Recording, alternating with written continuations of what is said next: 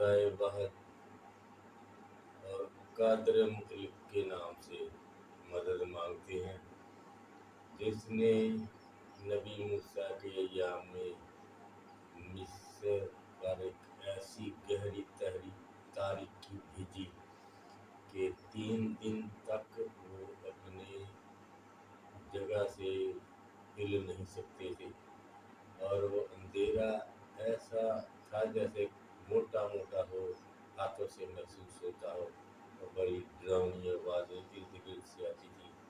3 دن تک یہ اندھیرا چھایا رہا حضرت موسیٰ کے کہنے کے مطابق، لیکن جہاں جہاں بنی اسرائیل کی یہودی بستیاں تھیں وہاں سورج چمکتا رہا اور کوئی کتا بھی نہ بھونکتا تھا، یعنی امن سکون تھا اسی خدائے واحد سے جو دلوں میں امن اور سکون پیدا کر سکتا ہے۔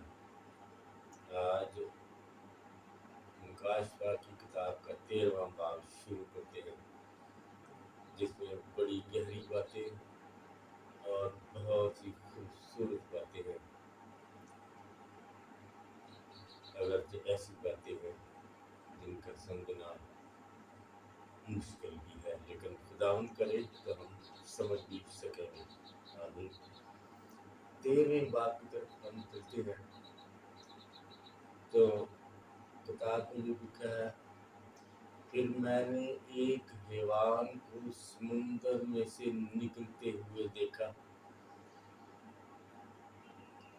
اس کے 7 سر اور 10 سینگ تھے، اور اس کے سینگوں پر 10 تاج تھے، اور اس کے سروں پر کفر کے نام لکھے ہوئے تھے۔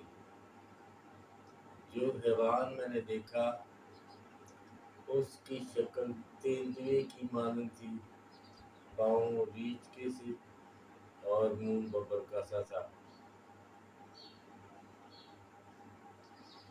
اور میں نے اس کے سروں میں سے ایک پر گویا زخم کاری لگا ہوا دیکھا، اور اس کا زخم کاری اچھا ہو گیا۔ اس اژدہا نے اپنی ساری قدرت، طاقت اور بڑا اختیار اس حیوان کو دے دیا۔ کیونکہ اس اژدہا نے اپنا اختیار اس حیوان کو دے دیا تھا، اس لیے ساری دنیا نے اس حیوان کی، اس اژدہا کی پرستش کی، اور یہ کہہ کر اس حیوان کی بھی پرستش کی، اس حیوان کی مانند کون ہے، کون اس سے لڑ سکتا ہے۔ اسے کفر بکنے کے لیے ایک منہ دیا گیا، اور 42 مہینے تک اسے کام کرنے کا اختیار دیا گیا۔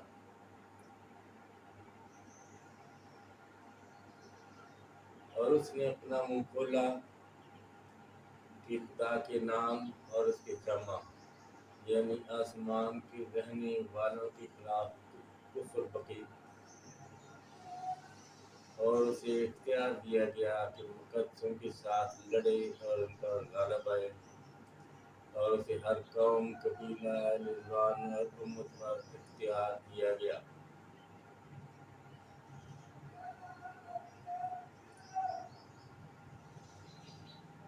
زمین کے وہ سب رہنے والے جن کے نام برہ کی کتاب حیات میں لکھے نہیں گئے اس حیوان کی پرستش کریں گے۔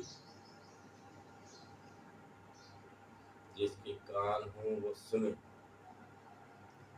جس کو قید ہونے والی ہے وہ قید میں پڑے گا، اور جو کوئی تلوار سے قتل کرے گا وہ ضرور تلوار سے قتل کیا جائے گا۔ مقدسوں کے صبر اور ایمان کا یہی موقع ہے۔ پھر میں نے ایک حیوان کو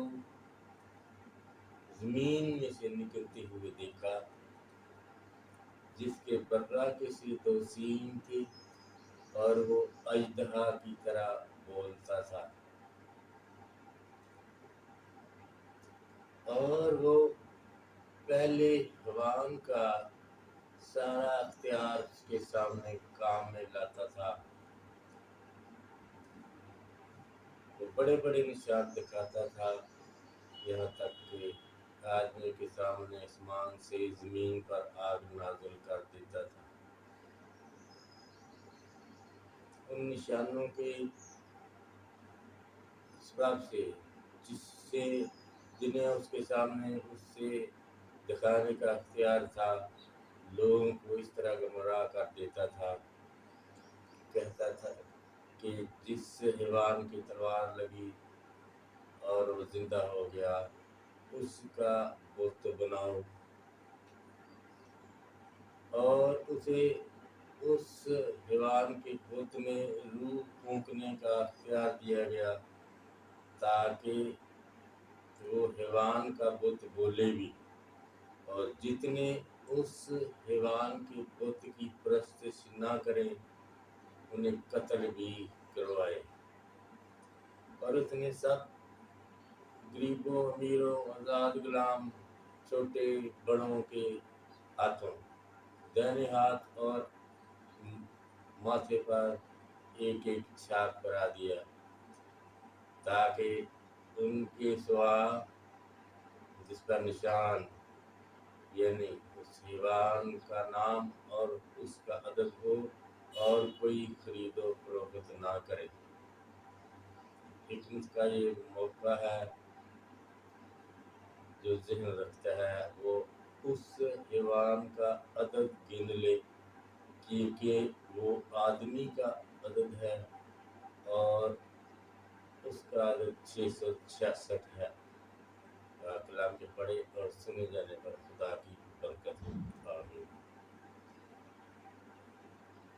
بہت ہم نے شور اور تشریحات سنی ہیں اس بت کے بارے میں، بت ہی کو ذہن میں رکھیں گے کیونکہ اس کی تشریح کچھ ضروری ہے تاکہ ہم ادھر ادھر بھٹکتے نہ پھریں، کیونکہ ہم نے اندازہ لگایا ہے کہ عموماً جو بھی مذہبی عالم کو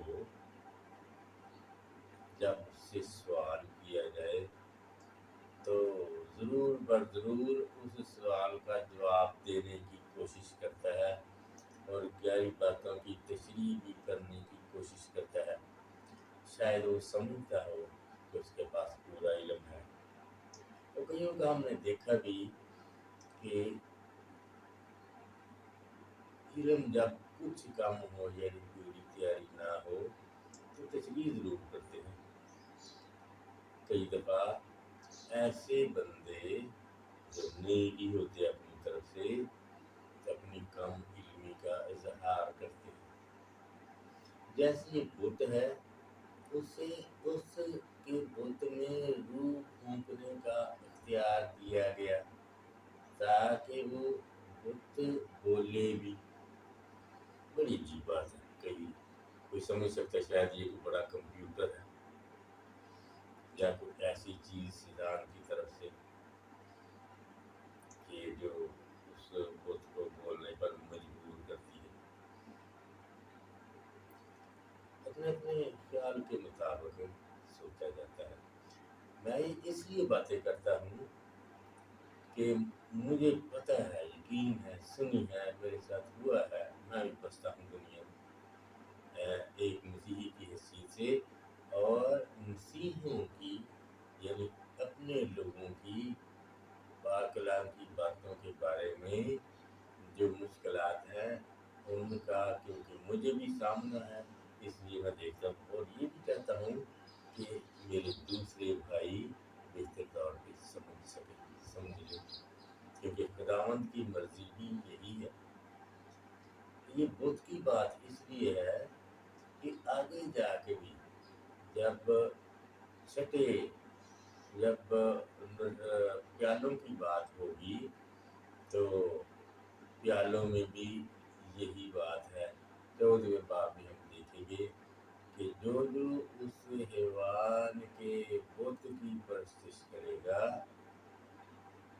وہ سزا پائے گا۔ تو یہ بت ہے، حیوان کا تذکرہ ہم نے پہلے بھی بڑا سنا، اس باب میں یعنی 13ویں باب میں بڑا سنا، اور اس حیوان کی تشریح ہم آگے بھی دیکھیں گے 17ویں باب میں، جہاں فرشتہ خود اس کو سمجھاتا ہے نبی کو کہ یہ حیوان کیا ہے۔ تو وہاں 17ویں باب میں ہم دیکھیں گے کہ فرشتہ ان 7 سروں کے بارے میں بتاتا ہے کہ یہ 7 سر کیا ہے۔ یہ 17ویں باب کی بات ہے۔ اس باب میں 13ویں میں اس نے کہا ہے اس کے 7 سر تھے اور 10 سینگ۔ 7 سروں پہ کفر کے نام لکھے ہوئے تھے اور 10 سینگوں پہ تاج تھے۔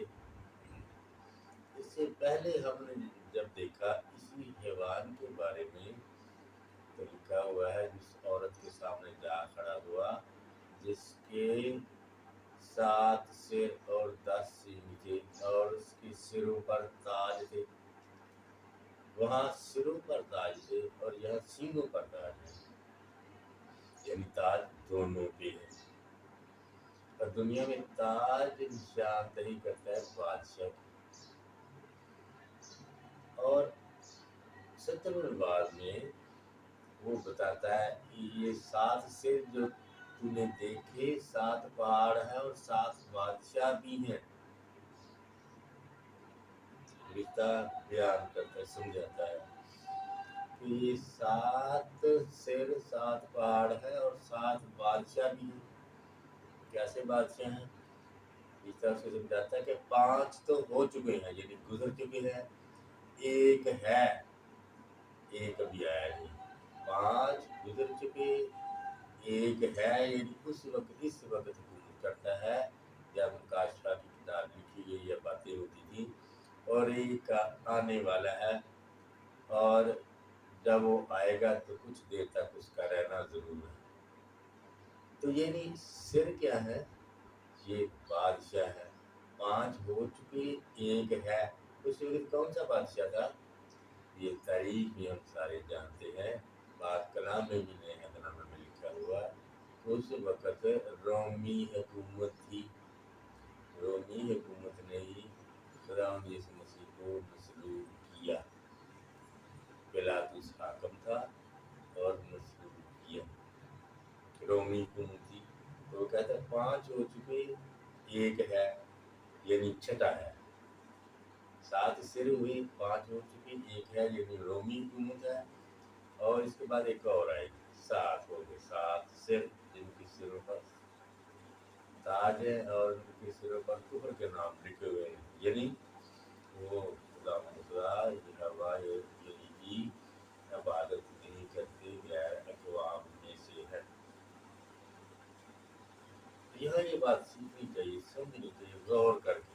اگر ہم بات مطلب کو سمجھنا چاہتے ہیں تو ذرا ہسٹری میں جا کے غور کریں بادشاہ ہوتا کیا ہے۔ پرانے وقتوں کے بادشاہ تھے، آج بھی بادشاہ ہے۔ جاپان کا بادشاہ ہے، بیلجیم کا ہے، انگلینڈ کا بھی ہے، لیکن ان بادشاہوں کے بعد آج ہم وہ اختیار نہیں دیکھتے۔ بہت تھوڑا اختیار ہے، مثلا کسی بندے کو جان سے نہیں مار سکتے، لیکن اس وقت جو بادشاہ تھے جیسے روم کا بادشاہ، اس سے پہلے دوسرے بادشاہ ہوئے،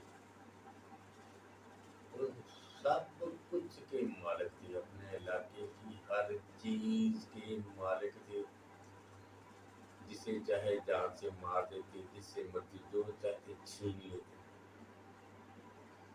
ٹکڑے ٹکڑے کر دیتے، اور ان کے سامنے کوئی بول نہیں سکتا تھا۔ اچھا، بات سمجھنے کے لیے ایک اور مثال میں دیتا ہوں پاک کلام میں۔ جب یسوع مسیح نے بیابان میں 40 دن تک روزہ رکھا اور وہ آزمایا گیا. روٹی کے بارے میں اگر خدا کا بیٹا ہے تو کیا کہ یہ پتھر روٹیاں بن جائے.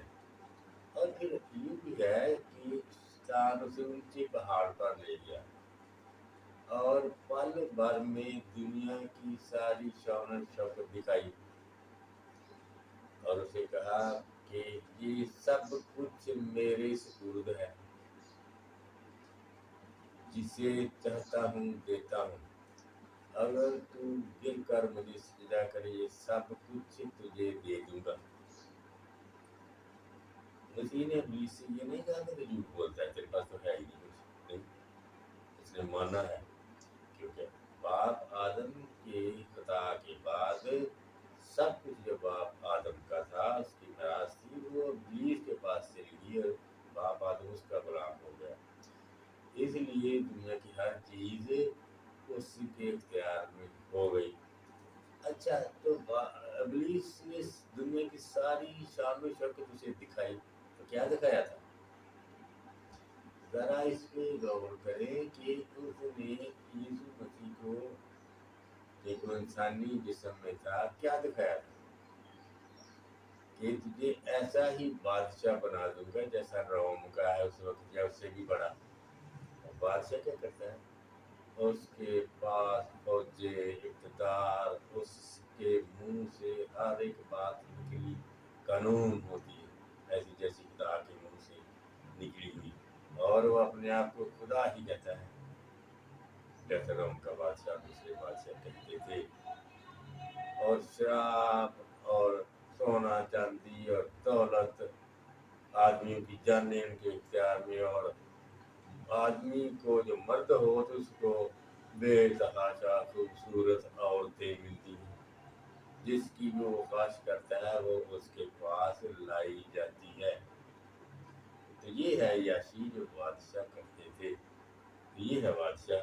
تو یہ ہے حیوان جس کے پاس دنیاوی ساری طاقت اور اختیار ہوتا تھا اور ان کے پاس تھا، اور جس کو مرضی وہ قتل کرواتے تھے. یہاں جو بات ہم 13 باب میں دیکھتے ہیں، اس کے پہلے باب میں ایک حیوان کو سمندر سے نکلتے ہوئے دیکھا. سمندر، زمین، آسمان، یہ تشبیہ چیزیں ہیں. سمندر کیا ہے یہ ہم 17ویں باب میں بھی دیکھیں گے کہ عیسیٰ سمجھاتا ہے سمندر کا کیا مطلب ہے. سمندر کا مطلب ہے غیر اقوام، اہل زبان، امتیں، قومیں، قبیلے، یہ سب ساری دنیا کے ان کو سمندر سے ظاہر کیا جاتا ہے، ان میں سے نکلا، یعنی غیر اقوام میں سے، یعنی یہودی نہیں تھا. اس کا مطلب یہ ہو تو غضبناک تیندوے کی طرح پاؤں ریچھ کے، منہ ببر کا، یعنی غضبناک درندہ جو سب کچھ کر سکتا ہے، یہ کچھ کر سکتا ہے. اور اس کی نشانی ایک بتاتا ہے کہ اس کے سروں میں سے ایک بار میں نے زخم کاری لگا ہوا دیکھا اور اس کا زخم کاری ٹھیک ہو گیا. ایک نشانی بتاتا ہے نبی، تاکہ ہم اور سوچ لیں کہ یہ حیوان کیسا ہے، کون تھا. اور وہ جو زخم کاری لگا تلوار سے لگا. تلوار ہم سمجھتے یہ انسانی بھی تھی، لیکن کلام کی تلوار ہم یہاں دیکھیں گے کہ کون سا ان ساتوں میں سے جو بادشاہ تھے، بھار تھے، کس کے تلوار لگی تھی. یعنی وہ مر گیا، اتنا کمزور ہو گیا کہ تقریباً مر گیا اور پھر زندہ ہو گیا. وہ بادشاہ پہلے تو مصر میں موسیٰ کے زمانے میں ہوا، یعنی پہلی بادشاہی ہوئی مصر کی، دوسری اشور کی، تیسری بابل، چوتھا مادی فارسی، پانچواں سکندر اعظم ہوا. یہ 5 ہو چکے، چھٹا روم ہوا، بعد میں کاری تھی 7 اور 8. تو یعنی مصر کا جو پہلا تھا بادشاہ، جس کا تذکرہ ہے کہ بڑا حیوان ایک سر ہے، جب حضرت موسیٰ کے زمانے میں آتے ہیں تو لوگ بہت ڈر گئے تھے، بادشاہ بھی ڈر گیا تھا، اور خدا پہ سب ایمان لاتے تھے. یعنی حضرت موسیٰ نے تبلیغ کی کاموں کے وسیلہ سے، یعنی کام جو کر کے تبلیغ کرتا ہے وہی بڑا مبشر ہوتا ہے. تو بہت گر گیا، برات ہو گیا اس کی فوج، جس کا سب کچھ خراب ہو گیا اور کچھ بھی نہ رہا، لیکن وہ پھر رواں دواں ہو گئے اور کامیاب ہو گئے. اب دوسری بات یہ، جو موجودہ اس زمانے میں بادشاہ روم کا تھا، اس پہ بھی یہ ہوا. یعنی کانسٹنٹائن بادشاہ تھا، پہلے تو اس سے بادشاہ نیرو تھا، دوسری ہے سارے بت پرست سے. یہ مسیحی نہیں تھے، خدا پر ایمان نہیں رکھتے تھے. تو تیسری صدی کے قریب کانسٹنٹائن بادشاہ آیا، اس کے ساتھ جو بھی ہوا یہ مان لے آیا مسیحیت پہ، اور مسیح ہو گیا، اور روم میں قانون مسیحیوں کے حق میں نافذ ہو گیا. لیکن بعد میں ایک اور بادشاہ ہے جس نے دوبارہ پرانا قانون دیوتاؤں کی پوجا کرنے کا نافذ کر دیا.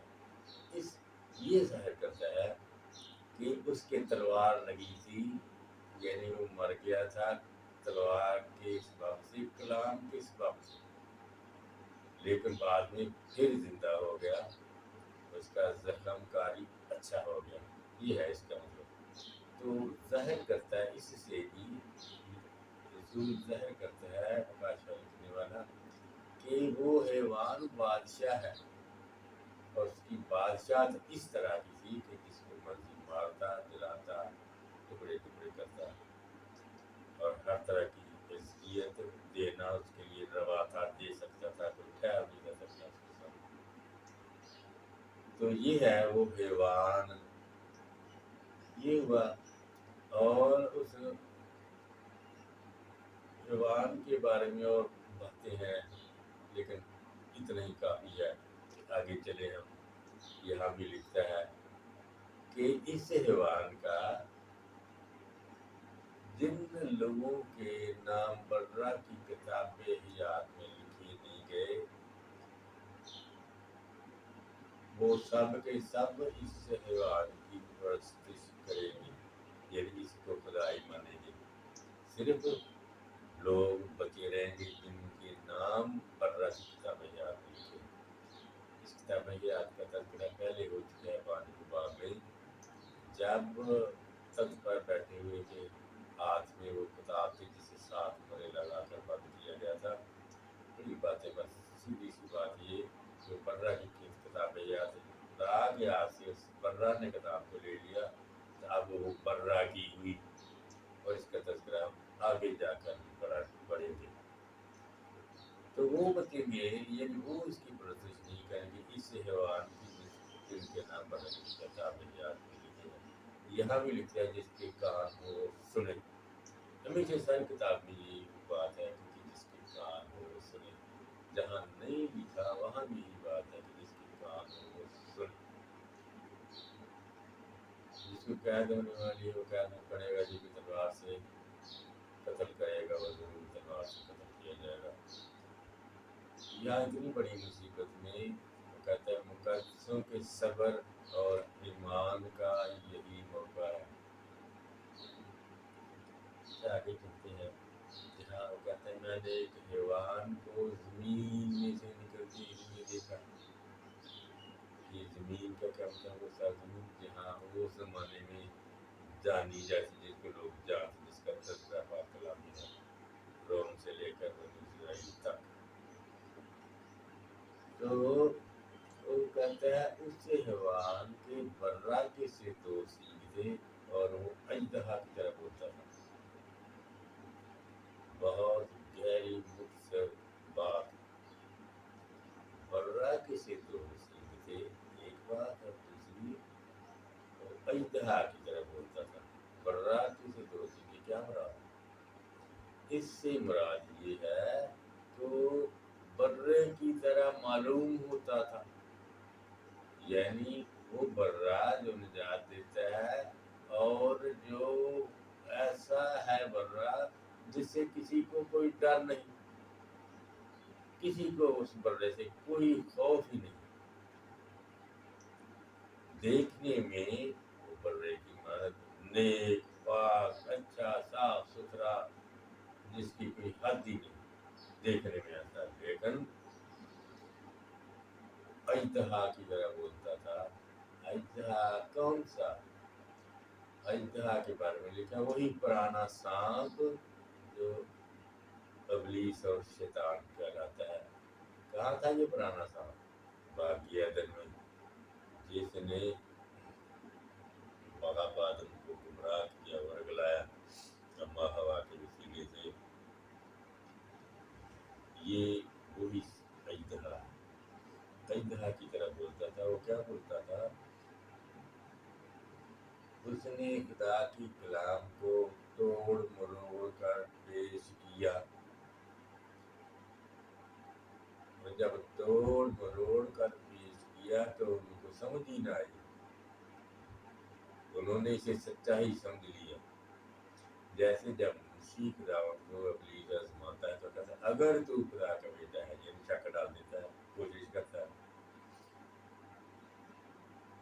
اگر تو خدا کا بیٹا ہے تو ان پتھروں سے کہہ کہ روٹیاں بن جائیں، ایک مجھے بڑی بھوک لگی تھی، اور کہتا ہے اگر تو خدا کا بیٹا ہے تو اپنے آپ کو اس ڈنگرے پر سائیکل پر سے اس بڑی اونچی جگہ سے نیچے گرا دے،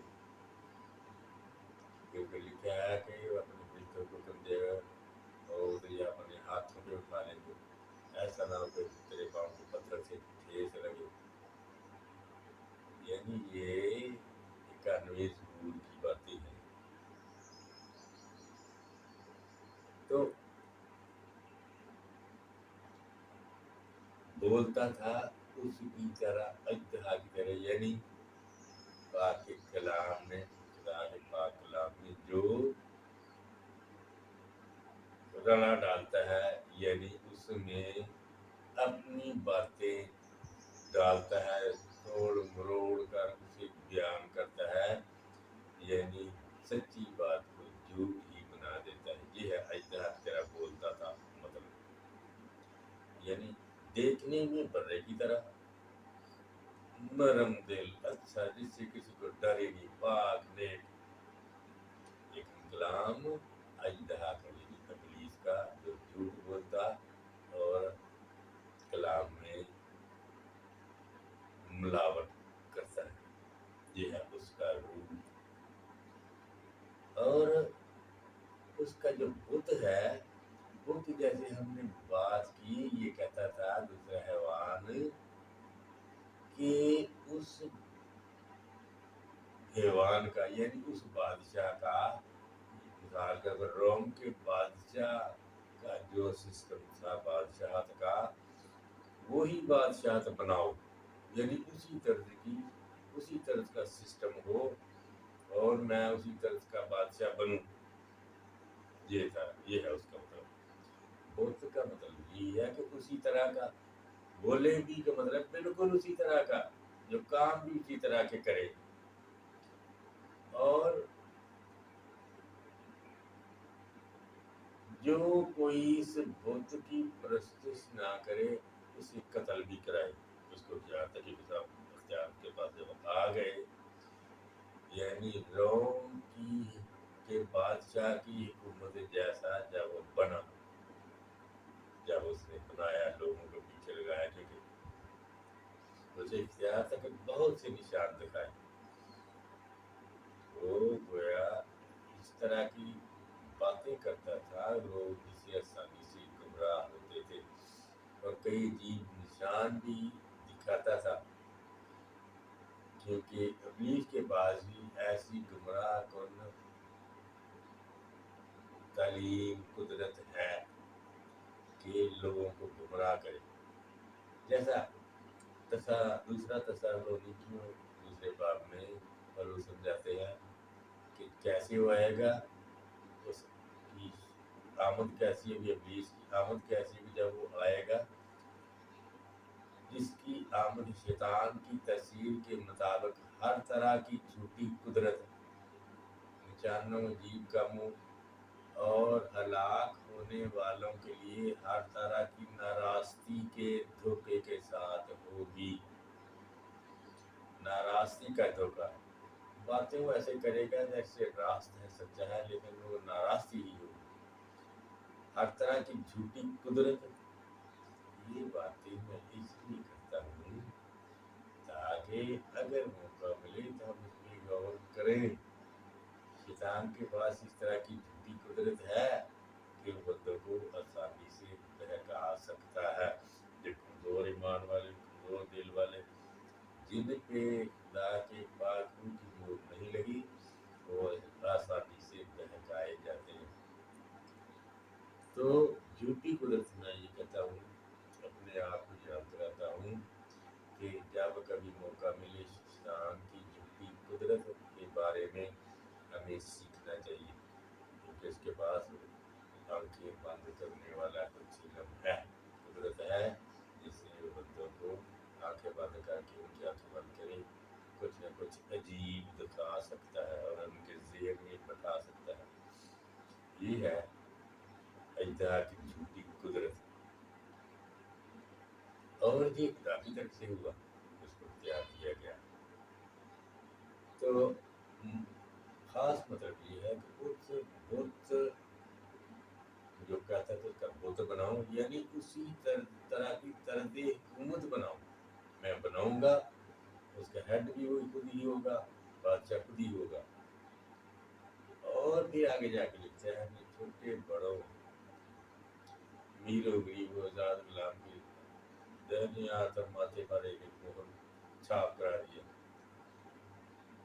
تاکہ ان کے سوا جس پر یہ نشان نہیں، عدد کا نشان یا سوان کا نشان نہیں، کوئی خرید و فروخت نہ کرے۔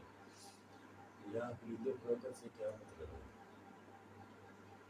کہ اس کے بندے ہی خرید و فروخت کریں، کوئی دوسرا نہ کرے۔ خرید و فروخت ایک تو یہ ہو گیا کہ جیسے بازار میں ہم آم خریدتے ہیں، جناز خرید لی، گوشت خرید لیا، جانور خرید لیا، گاڑیاں خرید لی، کوئی کاروبار۔ لیکن اس سے مراد روحانی کاروبار بھی ہے، یعنی اس کی جو اپنی تعلیم ہوگی وہی دی جائے، اس کی مملکت میں جہاں اس کی بات یہ ہے کوئی دوسری تعلیم مت دی جائے۔ اور لکھا ہے کہ یہ آدمی کا عدد ہے، جس ذہن میں حکمت ہے وہ اس کا عدد گن لے کہ وہ آدمی کا عدد ہے اور اس کا عدد 666 ہے۔ یہ 666 والا حصہ بھی بڑا عجیب اور بڑی باتیں سننے کو ملتی ہیں، حیران کو۔ پرانے زمانے میں ایک علم تھا، جیسے اے بی سی ہے، الف ب ت ہے یا الفا بیٹا ہے، ان کی اے بی سی مثال کے طور پہ اے کے 5 نمبر ہوئے، بی کے 10 ہوئے، سی کے 15 ہوئے، زیڈ کے 50 ہوئے، اس طرح نمبر تھے۔ اور خفیہ طور پر کسی بندے کا نام لکھنے کے لیے نمبر لکھے جاتے تھے اور جمع کر کے ان کا ہندسہ بتایا جاتا تھا تاکہ چند ایک بندوں کو پتہ چلے، یعنی نام اس شخص کا نام بھی ہوتا ہے۔ تو یہ کوئی گڑبڑ والا ہندسہ ہے۔ مثلا اس زمانے میں یہودا نام کے بہت بندے تھے، اگر کسی کا نام یہودا ہو مثال کے طور پہ تو کسی یہودا کی بات ہے، تو بہت ہی یہودا تھے۔ یہ شمعون بہت سارے تھے، مریم بہت سارے نام تھے۔ اس لیے ان ہندسوں کو گن کے تو کسی کا نام لینا اس میں غلطی ہو سکتی ہے، ہو سکتی تھی۔ اس وقت کے لحاظ سے شاید کوئی خاص بات ہو جو وہ گزر گئی اور کسی کو پتہ چلا یا نہ چلا، لیکن اصل میں اس کا مطلب یہ ہے 666 666 خدا کا نمبر 7واں ہے جو کامل ہے، یہ 6واں ہے، یہ کامل نہیں۔ یہ آدم بنا تھا چھٹے دن، اور ابلیس بھی کم تر ہے خدا سے، اس کا نمبر بھی 6 ہے۔ تو بتانا وہ یہ چاہتا ہے کہ یہ ایک آدمی ہے، جو یہ سب کچھ کرے گا وہ حیوان کا بت بنائے گا تو ویسی ہی بادشاہی بنائے گا جیسی رومی سلطنت کی تھی، انداز حکومت ویسا ہی ہوگا تاکہ سب کچھ اس کے ہاتھ میں ہو، مذہبی طور پہ بھی اس کے ہاتھ میں ہو اور دنیاوی طور پہ بھی اس کے ہاتھ میں ہو۔ اور 666 آگے ہم دیکھیں گے کہ لکھا ہوا ہے، آگے سمجھ جائے گی بہتر ہے کہ وہ یہ 6 کیا ہے، جیسے ٹرینٹی ہے، پاک تصریف، باپ بیٹا اور روح القدس، اس طرح اس کا بھی ہے کہ وہ اژدہا، حیوان اور جھوٹا نبی، اس کی تصریف یہ ہے، اژدہا، حیوان اور جھوٹا نبی۔ آگے جا کے پڑھیں گے تو کچھ سمجھنے میں بہتری ہوگی۔ پاک کلام کے پڑھیں اور سنے جانے پر خدا کی برکت ہو۔